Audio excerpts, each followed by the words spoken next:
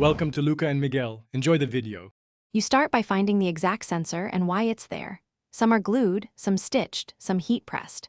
Once located, turn the garment inside out and stabilize it on a flat surface so you don't damage fabric. Make sure to wear gloves if batteries are present and keep a small tray for screws or parts. Use a seam ripper for stitch pockets, a flat tool for glued modules, and a small screwdriver for cases. This first step prevents accidental tearing. You now focus on freeing the sensor from its mount. Once the enclosure is open, remove batteries first and set them aside. This reduces short circuits. If the sensor is sewn, cut only the stitches holding the pocket and free the device slowly while supporting surrounding threads. If wires or connectors attach to fabric, unclip or desolder with minimal heat. Take photos of connections to preserve orientation. By working patiently and supporting fabric, you avoid stretching or creating holes.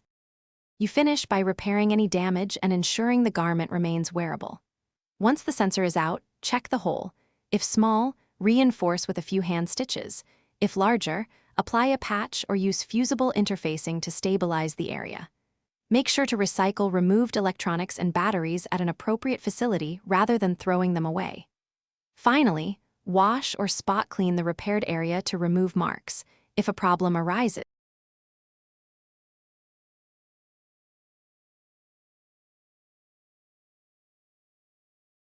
Thanks for watching and please subscribe. It's the best investment you'll ever make.